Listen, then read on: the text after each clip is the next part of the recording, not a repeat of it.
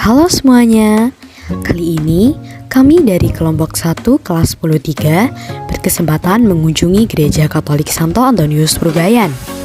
Bukan sekedar tempat peribadatan, Gereja Katolik Santo Antonius Purbayan juga sebuah saksi sejarah di kota Surakarta. Penasaran? Yuk langsung kita simak info-info menariknya. Gereja Katolik Santo Antonius Purbayan terletak di Jalan Arifin nomor 1, Kampung Baru, Kecamatan Pasar Kliwon, Kota Surakarta. Berarti 10 tahun ya, kurang 4 bulan. Itu sudah dinyatakan sebagai cagar budaya untuk klasifikasi bangunan atau tempat ibadah. Ini adalah gereja Katolik pertama di eks-Karesidenan Surakarta yang berdiri tahun 1916. Jadi jauh sebelum Indonesia merdeka. Nah, untuk lebih lengkap mengenai bentuk bangunan, kemudian gaya bangunan dan sebagainya, nanti kita lihat baik dari luar secara eksterior maupun secara interior.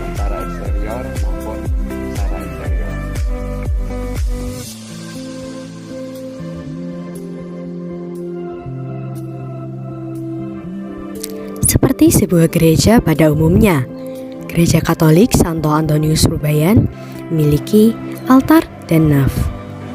Altar adalah tempat yang lebih tinggi yang menjadi tempat seorang romo memimpin peribadatan. Sedangkan naf adalah kursi tempat para jemaat duduk. Di sekitar altar terdapat karangan bunga dengan figur malaikat, masing-masing satu di sisi kanan dan kirinya. Gereja ini juga memiliki kaca mozaik yang khas yang mengitari seluruh dinding gereja.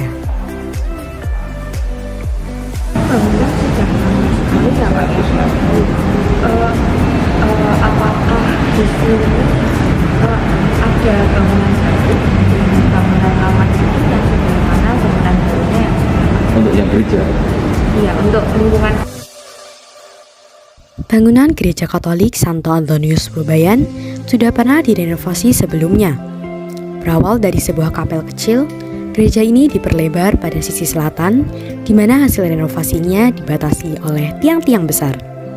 Setelah direnovasi, gereja ini diresmikan kembali oleh Monsinyur Julius Dharma Atmaja pada tahun 1988.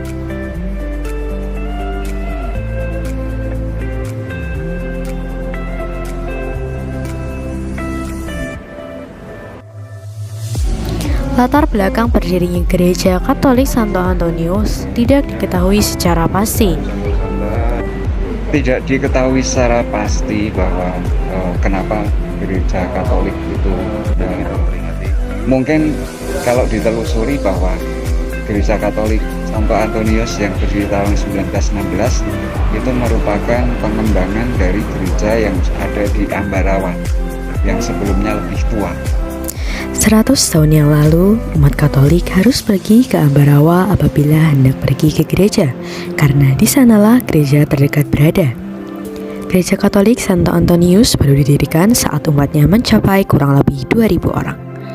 Pendirian gereja ini tidak lepas dari campur tangan penjajahan Belanda. Buat kamu yang belum tahu, Gereja Katolik Santo Antonius memiliki 2 jenis lonceng yang berbeda. Berbeda jenis, berbeda juga kegunaannya.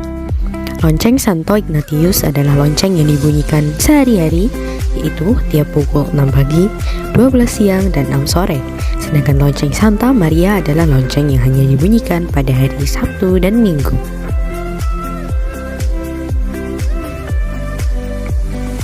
Saat mengunjungi gereja ini, kami juga sempat menilik loteng dari bangunan gereja. Kami diperlihatkan kayu-kayu asli Belanda yang sekarang masih kokoh menopang atap dari gereja.